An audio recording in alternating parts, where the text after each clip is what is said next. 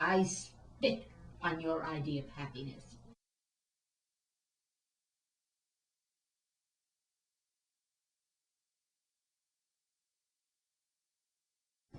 And it just so happens that Antigone is a play that I was in college. So, but it was in French, and I know it quite well in French. It's a scene between Creon and Antigone, where Creon is trying to convince Antigone to be willing to have her brother unburied and to not bury him again. She has just realized that her big sacrifice may have been for nothing. Antigone.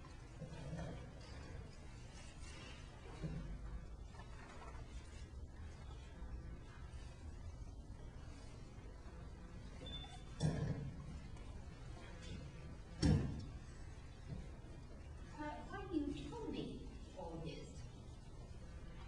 You hold a treasure in your hands, Antigone. Life, I mean. And you were about to throw it away. Could it have been better to let you die a victim to that obscene story? Antigone, go find Haman and get married quickly. Be happy. Life is not what you think it is. Life is a child playing around your feet, a tool you hold firmly in your grip, a bench you sit down upon in the evening in your garden. People will tell you that that's not life, that life is something else. They will tell you that because they need your strength and your fire, and they will want to make use of you. Don't listen to them. Believe me when I tell you, the only poor consolation that we have in our old age is to discover that what I have just said to you is true. Life is perhaps, after all, nothing more than the happiness that you get out of it. Not much of a word, is it? What kind of happiness do you foresee for me? Paint me the picture of your happy continuance. What are the unimportant little sins that I shall have to commit before I am allowed to sink my teeth into life and tear happiness from it? Tell me, to whom shall I have to lie? Upon whom shall I have to fall? To whom must I sell myself? Whom do you want me to leave dying while I turn my eyes away? Antigone, be quiet. Why do you ask me to be quiet when all I want to know is what I have to do to be happy? You tell me that life is so wonderful. I want to know what I must do in order to be able to say that myself. Do you love Haman? Yes, I love Haman. The Haman I love is hard and young and faithful and difficult to satisfy the way I am. But if what I love in Haman is to be worn away like a stone step by the tread of the thing you call life, the thing you call happiness, if Haman reaches a point where he stops growing pale with fear when I grow pale, if he stops thinking that I have been killed in an accident when I'm 5 minutes late, if he stops feeling alone on earth when I laugh and he doesn't know why, if he too has to learn to say yes to everything, I know.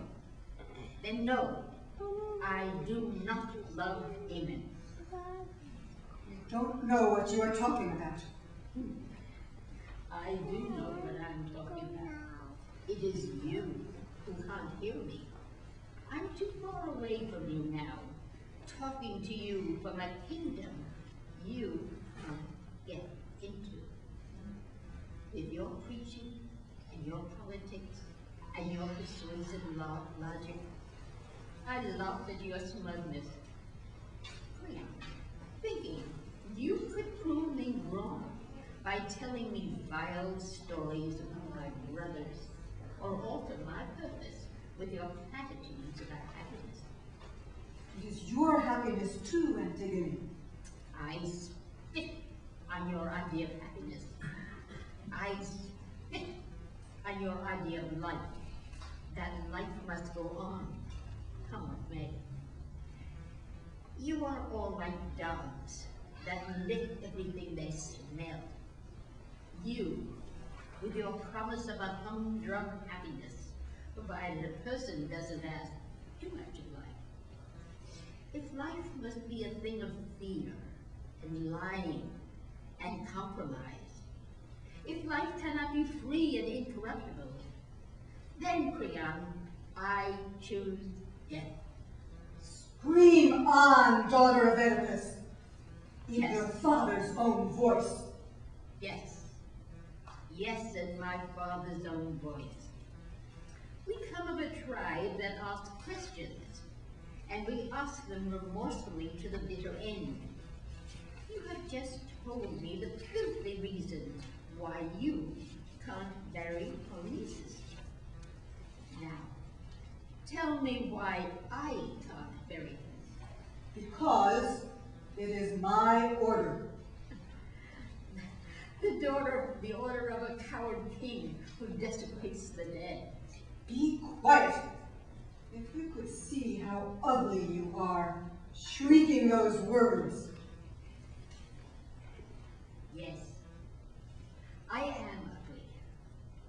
Father was ugly too, but father became beautiful. And do you know when? At the very end, when all his questions had been answered.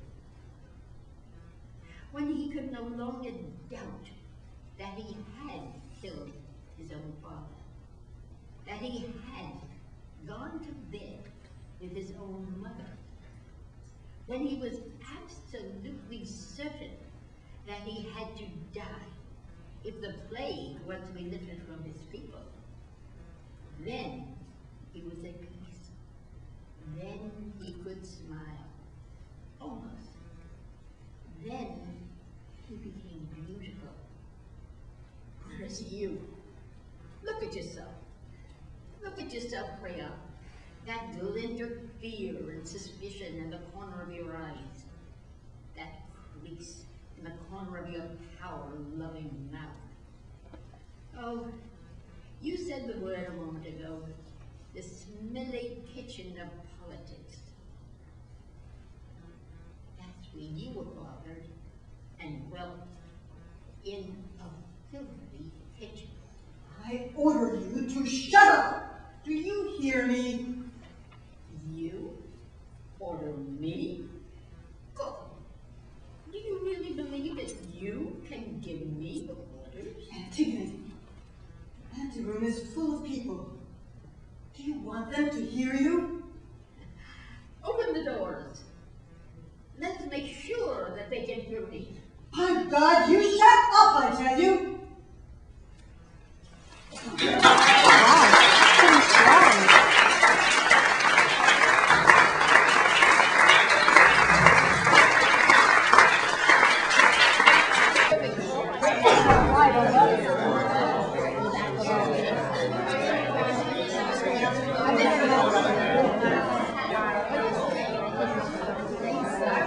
Art doesn't. Art in any form is tremendously energizing. There you go.